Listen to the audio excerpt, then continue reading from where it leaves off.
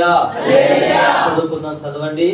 మత్తయి సువార్త 23వ అధ్యాయము 37వ వాక్యంలో ఒక మాట ఉంటుంది. ఆ మాటను చదువుకొని వాక్యాన్ని ధ్యానం చేసుకుందాం.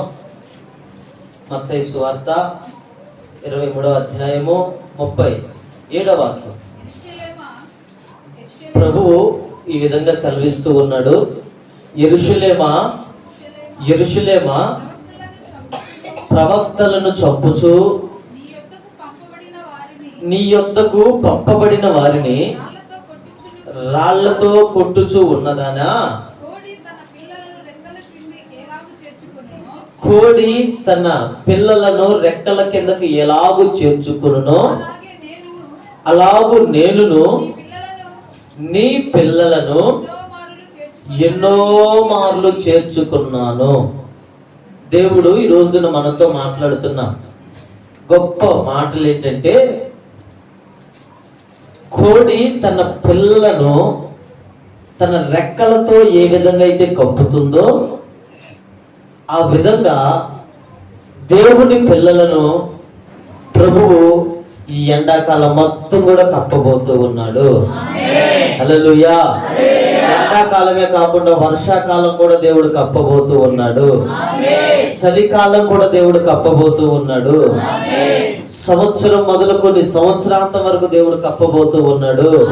మరుసటి సంవత్సరానికి కూడా ఆ రెక్కలు కురచ కాకుండా దేవుడు కప్పబోతూ ఉన్నాడు. ఆమేన్. హల్లెలూయా. ఎందుకంటే ప్రభువు ఈ మాట చెప్తుంది, ఎండలకి చాలా మంది బలహీనులైపోతారు. ఎండలకి చాలా మంది బలహీనులైపోతారు. అందుకని ఒక కోడిని గురించి, కోడి ఏ విధంగా తన పిల్లలకి అపాయం వచ్చినప్పుడట, చిన్న చిన్న కోడి పిల్లలు సాధారణంగా బయట సంచరించాలని చూస్తూ ఉంటాయి. ఎప్పుడు కాకి వచ్చినా లేకపోతే ఇంకొక అపాయం ఏదైనా వస్తుందని తెలిసిన వెంటనే గబగబ తల్లి దగ్గరికి పరిగెత్తుతాయి కోడి పిల్లలు.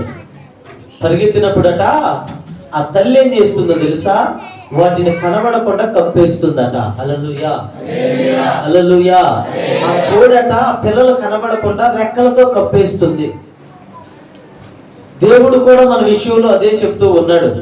అదేంటంటే, మీరు సంచరించినప్పుడు అక్కడక్కడ ప్రయాణాలకు లేదా పనుల్లో వెళుతూ ఉన్నప్పుడు ఎండ వల్ల మీకు ఇబ్బంది కలగకుండా, లేకపోతే ప్రయాణాలలో అపాయాలు, యాక్సిడెంట్లు కాకుండా, లేకపోతే అనారోగ్యకరమైన పరిస్థితులు రాకుండా ప్రభు దగ్గరకు మీరు పరిగెత్తినప్పుడట ప్రభు ఏం చేస్తాడంటే తన రెక్కలతో మిమ్మల్ని కప్పుతాడు అని వాగ్దానం చేస్తున్నాడు.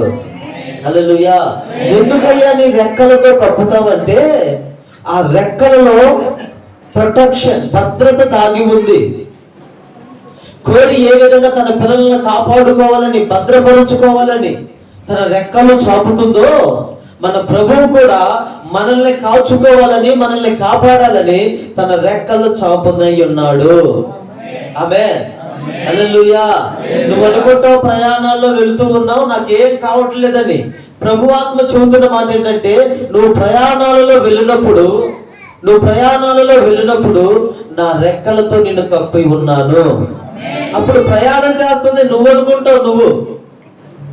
ఆయన రెక్కలు కప్పినప్పుడు కోడి రెక్కల కింద పిల్లలను దాచింది అనుకో, కోడి కనపడిద్దా? పిల్లలు కనపడతాయా? చెప్పాలి. కోడి కనపడిద్దా? పిల్లలు కనపడతాయా? కోడే కనపడుతుంది. అట్లానే దేవుడు తన రెక్కలతో నిన్ను కప్పినప్పుడు నీలో నీవు కనపడవు. దేవుడే నీ ద్వారా ప్రత్యక్షపరచబడతాడు. ఎందుకంటే పోయే అపాయాలు ఎట్లా వస్తాయో నీకు తెలియదు.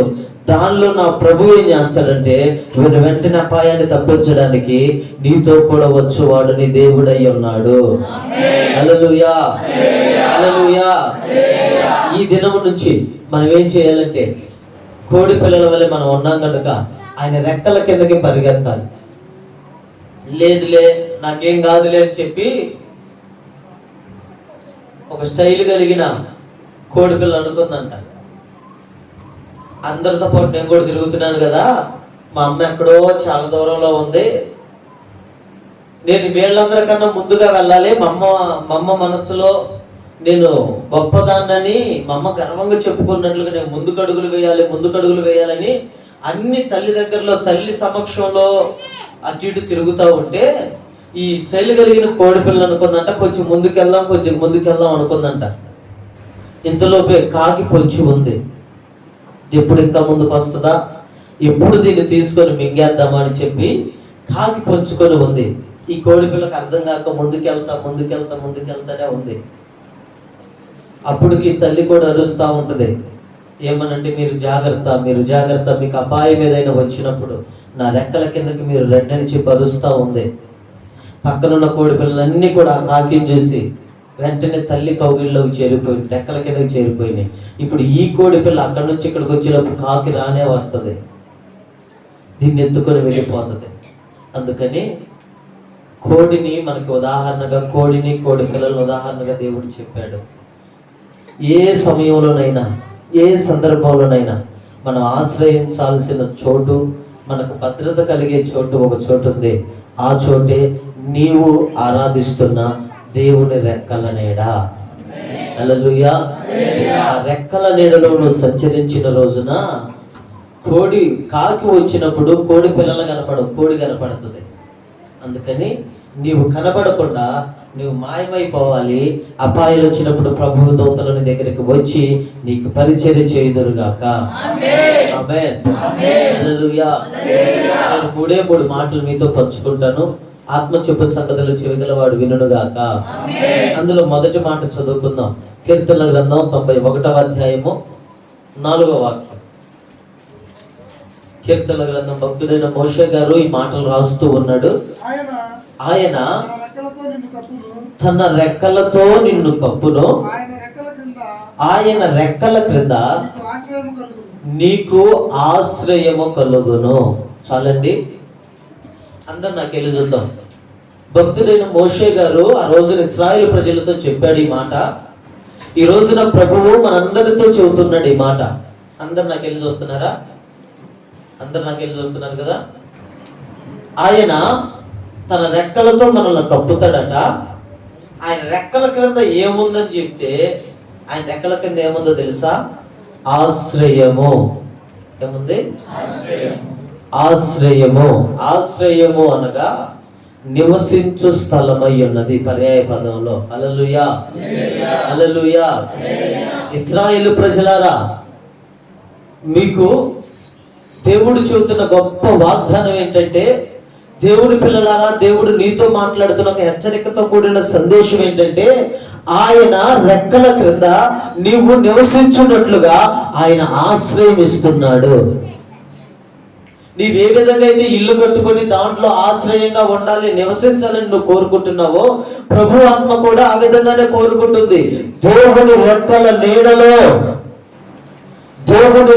నీడలో నీకు ఆశ్రయం కలుగుతుంది. ఎక్కడ నువ్వు ఆశ్రయించాలి, ఎక్కడ నువ్వు నివసించాలి, ఎక్కడ నువ్వు పరుగులు తీయాలి, ఎక్కడ నిలవాలి అని చెప్పి దేవుడు ఆత్మ మనతో మాట్లాడుతూ ఉన్నాడు ఈ రోజున. ఆయన రెక్కల నీడలో నీకు ఆశ్రయం ఉందని చెప్పిన దేవుడు పూర్తిగా చెప్తూ ఉన్నాడు, నా రెక్కల నీడలో నువ్వు నివసించవచ్చు. పాప ఆయన రెక్కల నీడలు లేక చాలా మంది అల్లాడిపోతూ ఉన్నారు. బలహీనతలని, రోగాలని, దెయ్యాలని, శాపాలని, కన్నీరని, ఇట్లా రకరకాలైన పరిస్థితులని చెప్పి చాలా మంది వేదన పడుతూ ఉన్నారు. ఈ రోజున మందిరంలో చిన్న మందగా కూడిన నీతో దేవుడు మాట్లాడుతున్నాడు. ఆయన రెక్కల నీడలో నువ్వు నివసించవచ్చు ఇక నుంచి. ఆమేన్, హల్లెలూయా, హల్లెలూయా. నీవు కోల్పోయిన నీడను, నువ్వు కోల్పోయిన దేవుని సన్నిధిని నువ్వు అనుభవించినట్లుగా ఆయన రెక్కలు నిన్ను కప్పివేయబోతూ ఉన్నాయి. హల్లెలూయా, హల్లెలూయా. ఇంతకాలం లోకపు నీడలో, ఇంతకాలం శాపపు నీడలో, ఇంతకాలం దరిద్రమనే నీడలో, ఇంతకాలం అప్పులనే నీడలో, ఇంతకాలం అనారోగ్యమనే నీడలో నువ్వు ఆశ్రయించి ఉంటావేమో, నీవు పరుగులెత్తి ఉంటావేమో. నా దేవుడు చెబుతున్న మాట, ఆయన రెక్కల నీడలో నువ్వు ఆశ్రయం పొందడానికి వచ్చావు. కాబట్టి దేవుడు ఏం చేస్తాడంటే నిన్ను కప్పు వేస్తాడు. Praise the lord, praise the lord, hallelujah. ఆయన రెక్కల నీడలో నిన్ను కప్పివేస్తాడు.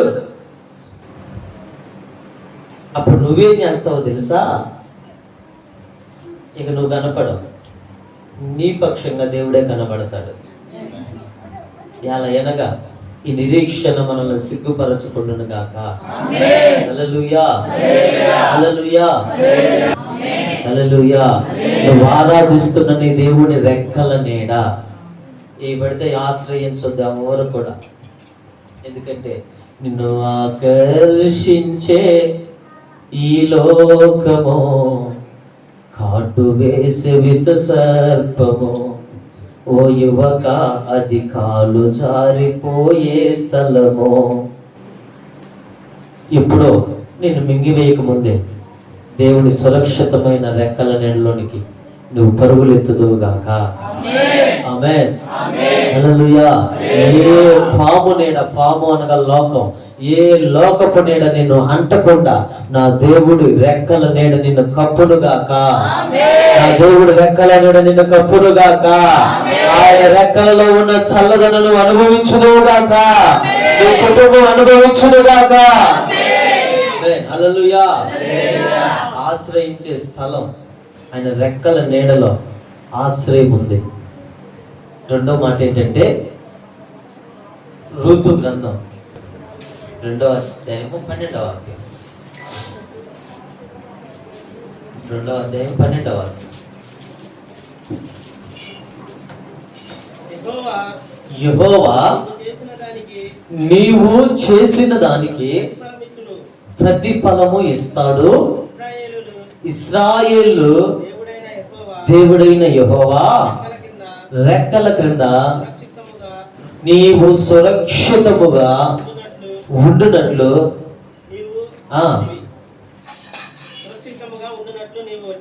వచ్చితివి. రెండో మాట ఏంటంటే, మొదటి మాట ఏమో ఆయన రెక్కల క్రింద ఏముందని చెప్పాను. ఏముంది చెప్పాలి గట్టిగా, ఏముంది అందరు చెప్పాలి. ఆడోళ్ళు అక్కడ మగవాళ్ళు చెప్పండి, ఏముంది ఆయన రెక్కల క్రింద? ఏందో మాల లేదు ఆయన రెక్కల కింద. ఏసు మాల వేస్తున్నారు కదా, ఆ మాల లేదు. ఆయన రెక్కల క్రింద ఏముందంటే ఆశ్రయం ఉంది. యెహోవాను ఆశ్రయించు నరుడు ధన్యుడు. ఆమేన్, హల్లెలూయా. ఆయన రెక్కల కింద క్రిస్మస్ పండుగ చేసే వాళ్ళు లేరు. ఆయన రెక్కల కింద ఈస్టర్ పండుగ చేసే వాళ్ళు లేరు. మొన్న మధ్య ఒకడు అన్న లాజరన్న వందనాలు అన్నా అన్నాడు నాతో. ఏంద్రా ఇది ఎప్పటి నుంచి అన్నా? ఈ 40 రోజులే కన్నా అన్నాడు. ఈ 40 రోజులే కన్నా అన్నాడు. ఎందుకంటే ఈ మాటలు నేను మీతో చెబుతుంది, ఆయన రెక్కలను ఆశ్రయించు, ఆయన్ని ఆశ్రయించు నరుడు ధన్యుడు అని చెప్పి బైబిల్ తెలియపరుస్తుంది. మరి నువ్వు ఏ విధము చేత ఆ ధన్యకరమైన జీవితాన్ని పొందుతావు? 40 రోజులు భక్తి చేస్తే సరిపోతుందా? క్రిస్మస్ పండుగ ప్రార్థనకు వస్తే సరిపోతుందా? ఈస్టర్ పండుగ చేస్తే సరిపోతుందా? లేకపోతే నలుగురికి అన్నదానం వస్త్రదానం చేస్తే సరిపోతుందా? ఇవన్నీ కూడా భూమి మీద నీకు పేరు ప్రఖ్యాతలు తెచ్చేయే గానీ నీవు ఆశ్రయించవలసిన ఆశ్రయపురం ఒకటి ఉంది, అదే ఆయన రెక్కల నీడ. రెండో మాట ఏంటంటే, బోయేజు గారు రూతుతో చెబుతున్న మాట ఇది. బోయేజు గారు రూతుతో చెబుతున్న మాట, నా కుమారి, నీవు నీ పెనిమిటి చనిపోయిన తర్వాత నీ అత్తకి చేసిన దాన్ని అంతా నేను చూశాను, విన్నాను, నాకు తెలిసింది. ఇప్పుడు నువ్వే చేస్తావో తెలుసా? నా పొలంలో పరిగెరుకుంటూ ఉండు. అందరు నాకు వెళ్ళి చూద్దాం. ఒకవేళ నీకు దాహం అయిందనుకో, పనివాళ్ళు చేదిన నీళ్లే తాగు. వాళ్ళు ఏ పొలముకైతే వెళతారో ఆ పొలమును నువ్వు కనిపెట్టి చూచి అక్కడికి వెళ్ళి పరిగె వేరుకోమని చెప్పి బోయేజు గారు ఐశ్వర్యవంతుడు ఒక పేద వెధవరాలితో మాట్లాడుతున్న మాట అది. అప్పటికి ఆమె పరిస్థితి ఎట్లా ఉందో తెలుసా? భర్తను కోల్పోయి దుఃఖ సాగరములో మిగిలిపోయింది. అసలు ఈమె ఎవరు అంటే, ఒక శపించబడిన వంశావళి నుంచి వచ్చిన సంతతి నుంచి ఆ సంతతిలో నుంచి బయలుదేరింది రూతు. మోయాబురాలు. మోయాబు అనగా ఎక్కడి నుంచి వచ్చాడో తెలుసా? లోతుకు తన కూతుర్లు ద్రాక్షారసం తాపి మత్తు తాపి ఆ సొంత కూతురులే తండ్రితో పాపం చేస్తే పుట్టిన వాళ్ళు మోయాబీలు. ఈమె ఏ జాతికి సంబంధించింది? రూతు అనే ఒక సహోదరి యవనస్తులారు ఏ జాతికి సంబంధించిందంటే ఒక శపించబడిన అనుభవం నుంచి వచ్చింది. అయితే ఈమె ఎక్కడికి వచ్చిందో తెలుసా? బోయజు గారు అంటాడు నువ్వు ఎక్కడి నుంచి వచ్చావో తెలుసా? శపించబడిన అనుభవంలో నుంచి, కన్యలమయమైన పరిస్థితుల్లో నుండి, నిందల్లో నుండి, అవమానాల్లో నుండి నువ్వు వచ్చావు. ఎక్కడికి వచ్చావమ్మా అంటే యెహోవా ఏమనుంది అక్కడ? బోయజ్ గారు ఏమంటున్నాడు? యెహోవా రెక్కల క్రింద నీవు సురక్షితముగా ఉండుటకు వచ్చావు. హల్లెలూయా, హల్లెలూయా.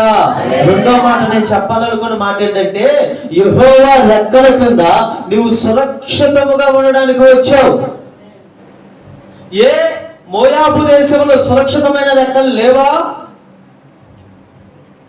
నీవున్న ఇంటి దగ్గర సురక్షితమైన రెక్కలు లేవా? నీవున్న ప్రాంతంలో సురక్షితమైన రెక్కలు లేవా అంటే రూతు జీవితంలో దేవుడు చేసిన వాగ్దానం ఏమనంటే నీవు నీ దేశంలో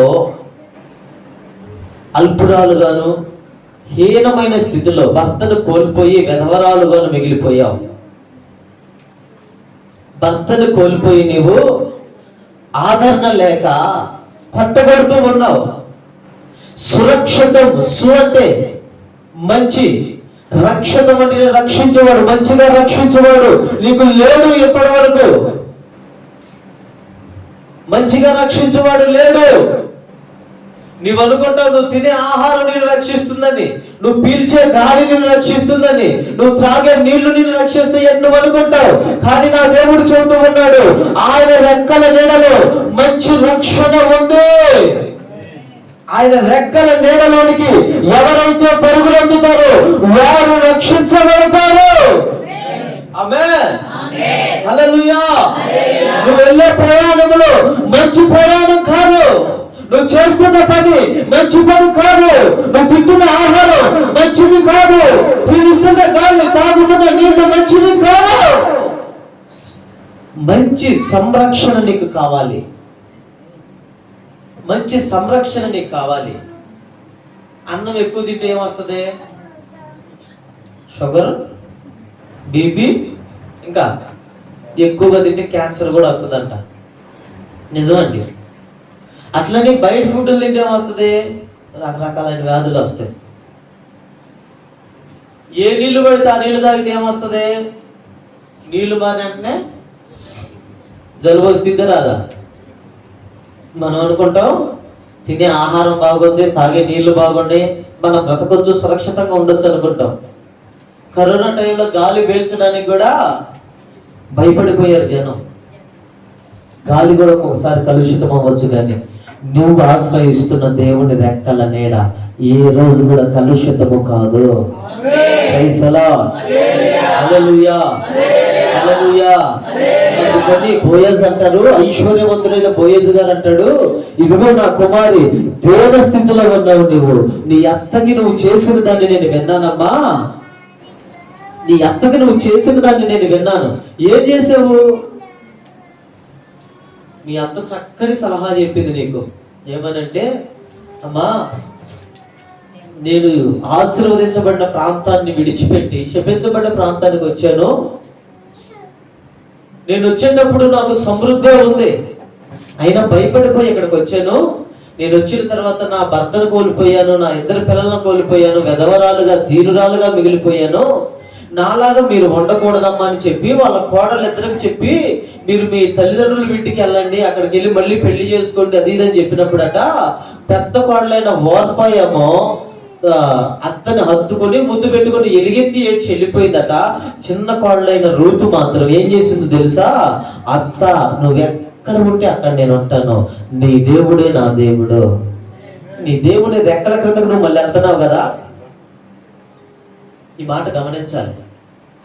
నీ దేవుని రెక్కల క్రిందకు నువ్వు వెళ్తున్నావు కదా, అదే దేవుడి రెక్కల క్రిందకి నేను కూడా వస్తాను.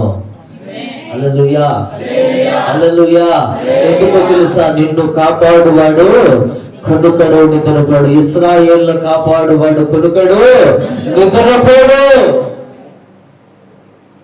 ఆయన రెక్కల నీడలో మంచి రక్షణ ఉంది.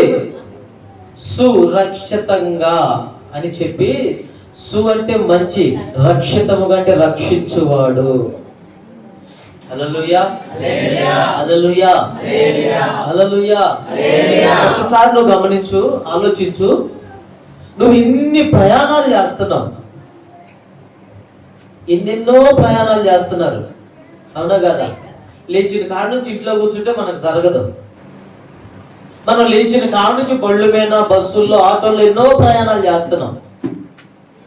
నువ్వు యెహోవా రెక్కల నీడలోనికి రాలేదనుకో, ఏదో ఒక రోజున పాము కాటేసినట్లుగా ఈ లోకం నిన్ను కాటేస్తుంది.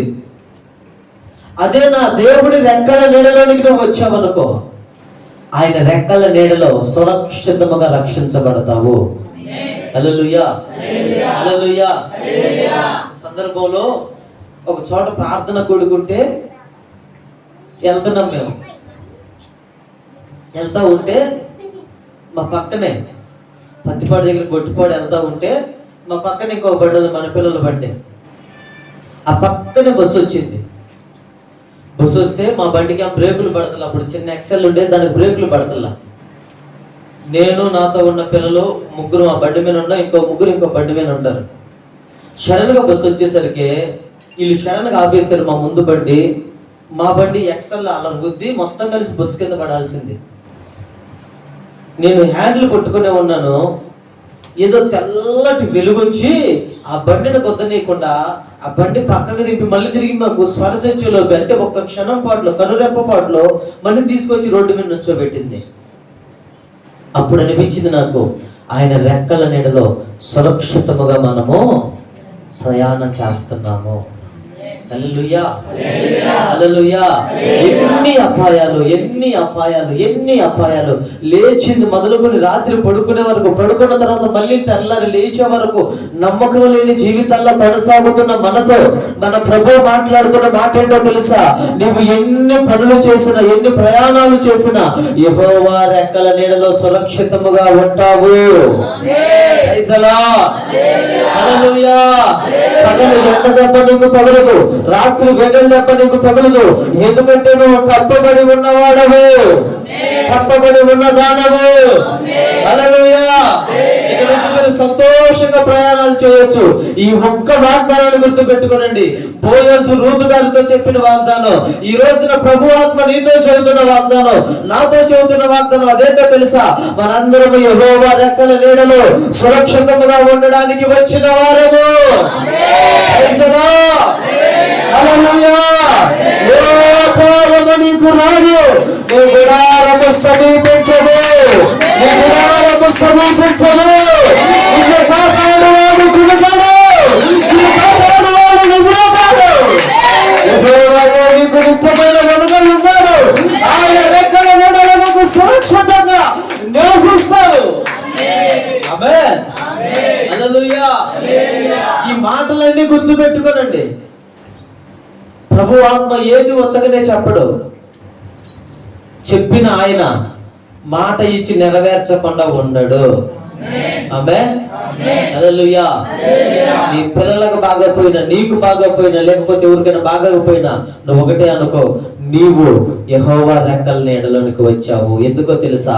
సురక్షితముగా నివసించడానికి, లేదా రక్షించబడడానికి, సురక్షితముగా నువ్వు ఉండడానికి వచ్చావు. నీవు సురక్షితమైన దానవు. ఆమేన్, హల్లెలూయా. దూరాన సమీపాన ఎక్కడున్నా కానీ మాట గుర్తు పెట్టుకో, నీవు సురక్షితముగా రక్షింపగలిగిన వ్యక్తిని ఆశ్రయించావు. ఆయన నువ్వు ఆరాధిస్తున్న దేవుడు. ప్రైజ్ ది లార్డ్, హల్లెలూయా. మొదటి మాట ఏంటంటే చెప్పాలి, ఏ మాట? ఆశ్రయం. రెండో మాట ఏందో గట్టిగా చెప్పాలి, సురక్షితము. ఇక మూడో మాట, చిన్న ప్రవక్తల్లో ఒక ప్రవక్త అయిన మలాకి గారు చెప్తున్న మాట అందరూ కూడా తెద్దాం. 4వ అధ్యాయం 2వ వాక్యం. 4వ అధ్యాయము 2వ వాక్యం. అయితే నా నామమందు భయభక్తులు గలవారగు మీకు నీతి సూర్యుడు ఉదయించును, అతని రెక్కలు. చప్పట్లు కొడుతూ దేవుడు నామమున మహిమపడుదాం. హల్లెలూయా, హల్లెలూయా. దేవుడు ఆత్మ మనతో చెప్పకనే చెబుతున్న మాట ఏంటంటే, అతని రెక్కలట మనకేం చేస్తాయో తెలుసా? ఏం చేస్తే గట్టిగా చెప్పాలి, మగ పిల్లలారా చెప్పాలి. ఏం చేస్తే? ఆరోగ్యం కలుగ చేస్తాయి. అయితే అని చెప్పి ఆరోగ్యం నీకు కలగాలంటే నువ్వేం చేయాలో కూడా చెప్పాడు. ఎందుకంటే ఉపదేశ క్రమం మనం నేర్చుకోవాలి. ఉపదేశ క్రమం అంటే ఏంటంటే, వాక్యం అయితే అందరు చెబుతారు, అందరు వింటారు. అందరు నాకు వెళ్ళి చూద్దామా? వాక్యం అయితే అందరు చెబుతారు, అందరు వింటారు. దేవుడు నిన్ను ప్రేమిస్తున్నాడమ్మా అంటారు, అది వాక్యం. ఎలా ఉంటే ప్రేమిస్తాడో అది ఉపదేశం. దేవుడు నిన్ను రక్షిస్తాడమ్మా, వాక్యం. ఎలా ఉంటే రక్షిస్తాడనేది ఉపదేశం. దేవుడు నిన్ను కాపాడుతాడనేది వాక్యం. ఎలా ఉంటే కాపాడుతాడనేది ఉపదేశం.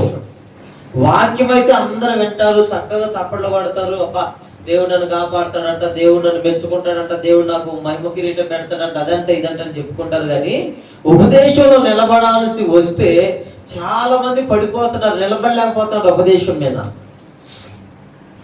మనందరం ఎవరు అంటే ఆది అపోస్తుల ఉపదేశమును మగుటముగా ధరించుకున్న వారము.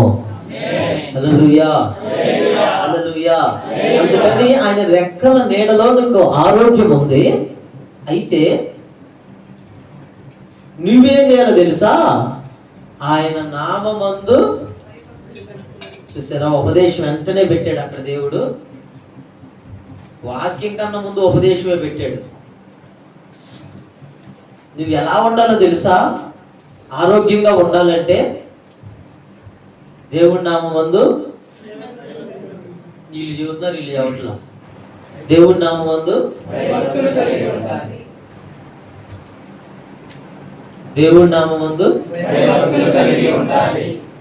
ఒక కుటుంబం, ఒక సంఘం, ఒక వ్యక్తి ఆరోగ్యంగా ఉండాలంటే దేవుడి నామమందు భయము రెండు కావాలి. భయం లేకపోతే భక్తి రాదు. అవునా కదా? చెప్పాలి, అవునా కదా? భయం ఉంటేనే భక్తి వస్తుంది. లేకపోతే ఎవరిని చూసి భయం? నేను అనేది దెయ్యాలను చూసో రోగాలను చూసో భయపడే వాళ్ళ గురించి కాదు నేను చెబుతుంది. నీవు దేవునికి భయపడేవాడై ఉండాలి. ఈ ఉపదేశం దేవునికి భయపడేవాడై ఉండాలి. చాలా మంది అంటారు, తాగినప్పుడు తాగితే నా తమాషా చూడు, ఎక్కితే నా ఎచ్చులు చూడు, దిగితే నా దిగులు చూడు అన్నట్టు చాలా మంది అంటారు. నేను తాగినప్పుడు దేవుడు వచ్చి చెప్పినా నేను మార్చను, నన్ను మార్చలేడు అంటాడు. ఒక తండ్రి నాకు తెలుసు, ఎన్నోసార్లు చెప్పా, ప్రార్థనకు రండి అయ్యా, ప్రార్థనకు రండి అయ్యా, అదయ్యా ఇదయ్యా అని చెప్పి రాలా. దేవుడు ఒక చిన్న ముళ్ళు పెడితే ఇప్పుడేం చేస్తున్నాడో తెలుసా? అంతకుముందు మేము వస్తే కాసేపు కూర్చొని వెళ్ళిపోయేవాడు. ఇప్పుడేం చేస్తున్నాడు తెలుసా? మేము వెళ్ళగానే కింద కూర్చొని చక్కగా దేవుడు మాటలు అంటున్నాడు. మనం అనుకుంటాం మనం ఆరోగ్యం పొందుతుంది మన శక్తి చేత, మనం బలం చేత అనుకుంటాం తప్ప అదంతా వెర్రి ఆలోచన, వెర్రి తలంపులు. నువ్వు ఆరోగ్యం పొందగలుగుతుంది ఎక్కడి నుంచో తెలుసా? దేవుని యందు నువ్వు భయభక్తులు కలిగి ఉంటే నీకు దేవుడు ఆరోగ్య ప్రదాత అయిన దేవుడు ఆరోగ్యాన్ని ఇస్తాడు. ఇక్కడ మీకు ఒక డౌట్ రావచ్చు, మరి ప్రార్థనకు రానోళ్ళు దేవుడు అంటే తెలియనోళ్ళు కూడా ఆరోగ్యంగానే ఉంటున్నారు కదా, మరి వాళ్ళ పరిస్థితి ఏంటి అని చెప్పి, నీవు నాకు సహాయకుడవై ఉంటివి, నీ రెక్కల చాటున శరణజొచ్చి ఉత్సాహధ్వని చేసేదను. ఇప్పుడు మనందరం కూడా లేచి నిలబడదాం, ఉత్సాహధ్వని చేయబోతూ ఉన్నాం. అందరూ కూడా ఆయన రెక్కల కిందకి మనం వచ్చాం, శరణజొచ్చి అందరం కూడా లేచి నిలబడి చెప్పబడిన వాక్యం నిమిత్తం ఒక నిమిషం ప్రార్థన చేసుకుంటాం.